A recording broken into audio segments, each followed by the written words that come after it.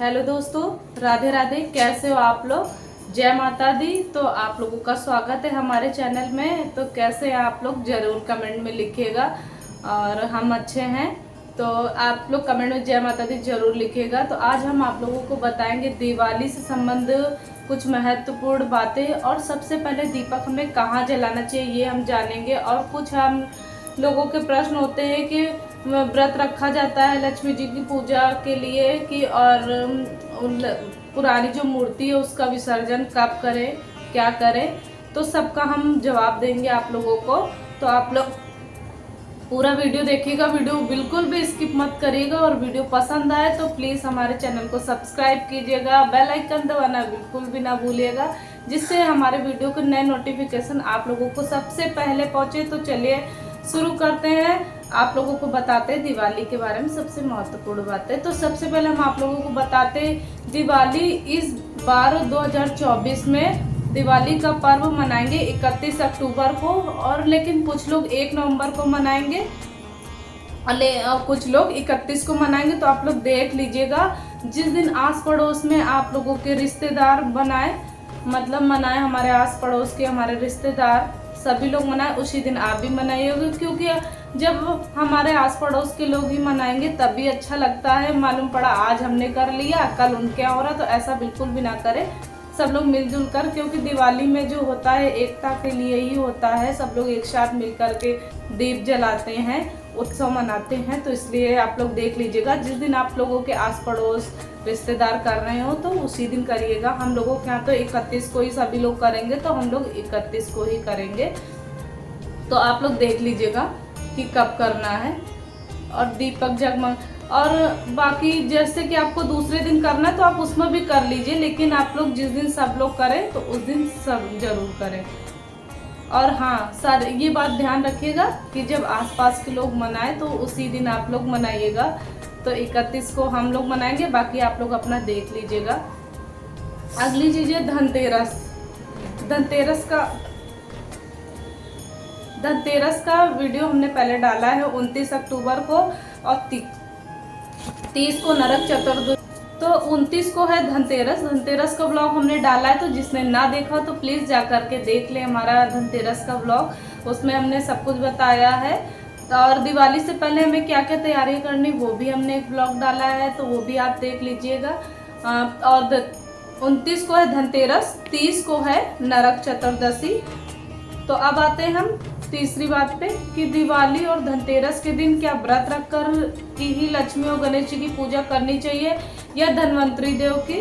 तो आप लोगों के ऊपर है, इच्छा के ऊपर है। आप व्रत रख कर भी कर सकते हैं और बिना व्रत रखे भी पूजा कर सकते हैं। तो बिल्कुल आप लोगों के ऊपर है कि, और ये पूजा शाम के समय करी जाती है। पूजा के शुभ मुहूर्त भी हम आप लोगों को बताएंगे और लिख के भी लगा देंगे। तो आप लोग देख लीजिएगा कि व्रत के रख के भी कर सकते हैं और नहीं रख के भी कर सकते हैं, क्योंकि इतने सारे व्रत हो चुके हैं। तो बाकी आप लोगों के ऊपर है, जो ठीक लगे वो करेगा।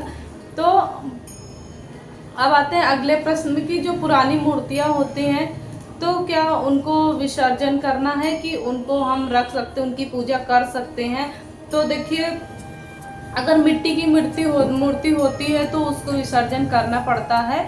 और जो अगर आप लोगों की चांदी की या और सोने या चांदी या पीतल की है तो उनको बदलने की कोई ज़रूरत नहीं है। आप अच्छे से नहला धुला करके उनकी पूजा कर सकते हैं। लेकिन अगर मिट्टी की है तो उन्हें 1 साल बाद विसर्जन किया जाता है। तो प्लीज़ आप लोग नहीं ले लीजिएगा और अच्छे से ले लीजिएगा। मूर्ति लेते समय हाँ ये ध्यान रखिएगा, आप ज़्यादा चॉइस मत करें कि ये नहीं ये वो नहीं।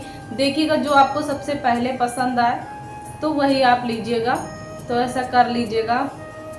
बाकी पीतल या उसकी है आपके सोने चांदी की तो उनका कर लीजिएगा।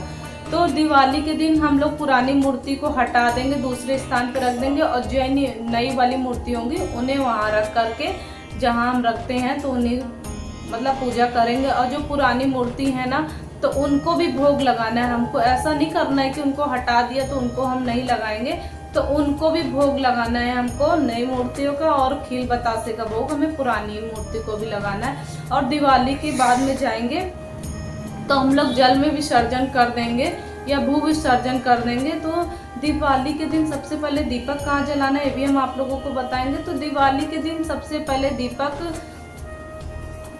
मतलब कि वैसे तो महिलाओं को ही ये पूजा करनी चाहिए, जो घर की लक्ष्मी होती है उनको ही पूजा करनी चाहिए। लक्ष्मी जी का पूजा जो होता है लक्ष्मी जी ही करे तो अति उत्तम रहता है।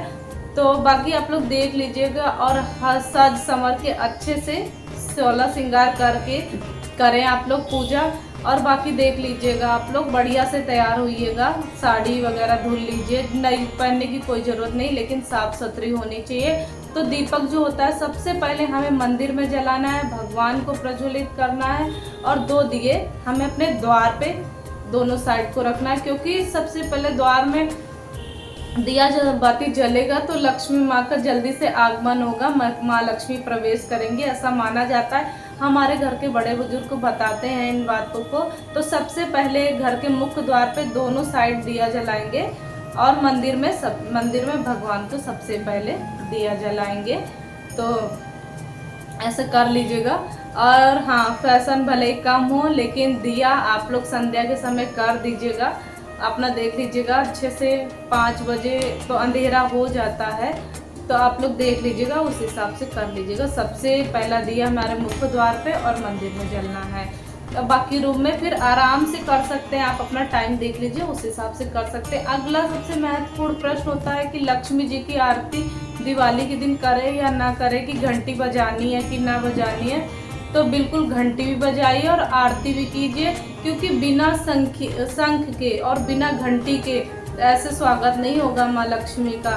तो आरती पूजा पाठ करके लक्ष्मी जी का हम लोग स्वागत करेंगे, घंटी बजाएंगे, शंख बजाएंगे। बाकी आप लोग देखिएगा, जो आप लोगों के घर में जैसा होता है वैसा देख लीजिएगा। अगला कार्य करना है कि कुछ बहनें मतलब कहती हैं कि यम का दीपक हम सिर्फ एक ही जगह रखते हैं, मतलब जैसे 2 लोग हैं, 2 परिवार है तो एक ही जगह रखते हैं, तो क्या एक ही जगह रखना चाहिए? नहीं, सबको अलग अलग अपना अपना रखना चाहिए, अपनी अपनी पूजा करनी चाहिए, बहुत अच्छी बात है। लेकिन गांव में जैसे कि सब परिवार इकट्ठा होते हैं, एक ही में रसोई है तो बिल्कुल एक ही जगह जलेगा। अगर अलग अलग रसोई है, अलग अलग रहना है तो सबको अलग अलग यमदीप जलाना चाहिए। हाँ, तो ऐसा करना चाहिए। बाकी आप लोग देख लीजिएगा, इसी हिसाब से करना चाहिए। आगे हम आते हैं, एक और प्रश्न आता है कि जो धनिया, नमक, हल्दी ये सब बतासे वगैरह लाते हैं धनतेरस की माता लक्ष्मी को चढ़ाएंगे, तो उसका बाद में क्या करेंगे? तो बाद में उसको हम इस्तेमाल कर लेंगे। धनिया को थोड़ा सा हम गमले में भी डालेंगे और जो नमक वगैरह होता है उसका हम रसोई में इस्तेमाल कर लेंगे। दान वगैरह नहीं करना है, उसको हमको खुद ही इस्तेमाल करके खाना है। तो और जो धनिया होता है उसको गमले में ज़रूर डालें, जैसे जैसे धनिया निकलेगी वैसे वैसे आपके घर में भी तरक्की होगी, बढ़ोतरी होगी। तो प्लीज़ लाइक शेयर सब्सक्राइब ज़रूर कीजिएगा और कमेंट में जय माँ लक्ष्मी ज़रूर लिखिएगा। अब हम आते हैं, जैसे कुछ लोगों का मासिक धर्म होता है, तो क्या पूजा पाठ तो नहीं, पूजा पाठ ना करिए, आप अपने पति से करवाइए, कि कोई चिंता की बात नहीं है, चाहे छठ पूजा हो चाहे दिवाली हो, क्योंकि किसी न किसी में हो ही जाएगा। वैसा नहीं कि सब व्रत में ही ठीक हो, तो ऐसा नहीं है। तो दुखी होने की कोई ज़रूरत नहीं है, सब भगवान की देन है, माता की ही कृपा है, जो होता है वो नेचुरली होता है। तो आप पति से अपने पूजा पाठ करवाइए, अपने बच्चों से करवाइए। केवल पति को किसी भी देवी की अगर पूजा कर रहे तो उनको सिंदूर नहीं लगाना चाहिए, क्योंकि देवताओं को सिर्फ चंदन और रोली वगैरह लगा करके पूजा कर सकते हैं, आरती कर सकते हैं, भोग लगा सकते हैं, स्नान करवा सकते हैं, गंगा जल का छिड़काव कर सकते हैं, सब कर सकते हैं। लेकिन देवियों को आपको तिलक नहीं लगाना है, यानी सिंदूर नहीं लगाना है।